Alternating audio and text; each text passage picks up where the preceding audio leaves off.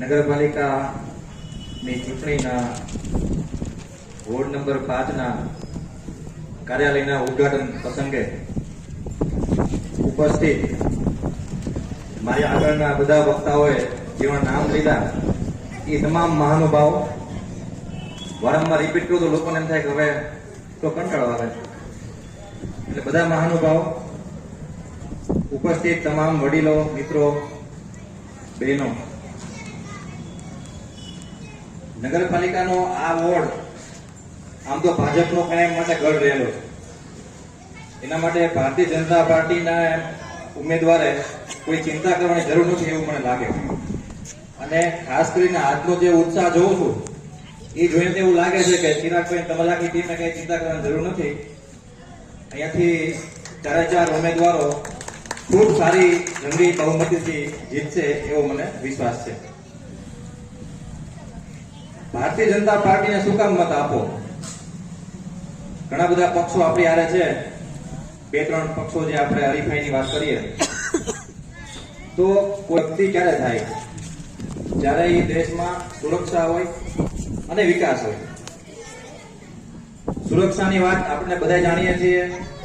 આખા દેશ આખી દુનિયામાં જે બધી સ્થિતિ ઢોળાઈ ગયેલી છે, લોકો અંદરો યુદ્ધ કરે છે, બીજાને દેશમાં નુકસાન કરે છે.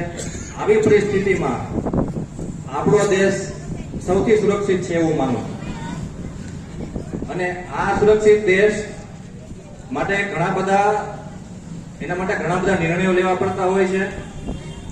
ખાસ કરીને જે ઉપરના લેવલના જે લોકો આપણી માટે જે લોકો કામ કરે છે અને ઘણી બધી મહેનત કરવી પડતી હોય છે.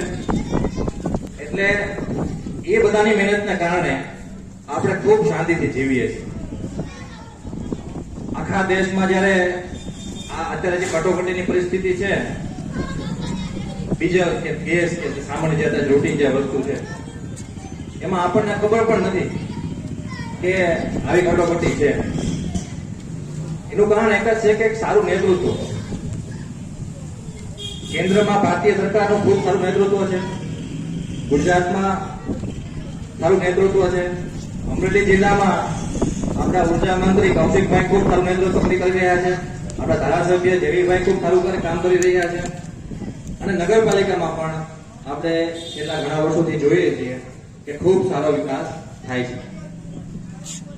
આ વિકાસની ગતિ આગળ વધે એના માટે ફરી જરૂર છે આપણે બધાએ ભારતીય જનતા પાર્ટીની બોડીને ફરીથી લઈ આવવી પડે.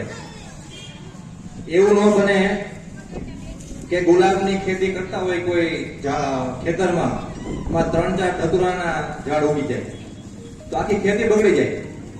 એટલે આપણે ખાસ એ ધ્યાન રાખવાનું છે અને ખાસ મેં જોયું છે કે નાના કામમાં આપણે વાત કરતા હોય કે નગરપાલિકાની ચૂંટણી તો કોઈ પક્ષ નથી લેવા દેવા હોતા, પર્સનલ રિલેશનને ઉપર લેવા દેવા હોય, પણ એવું નથી હોતું.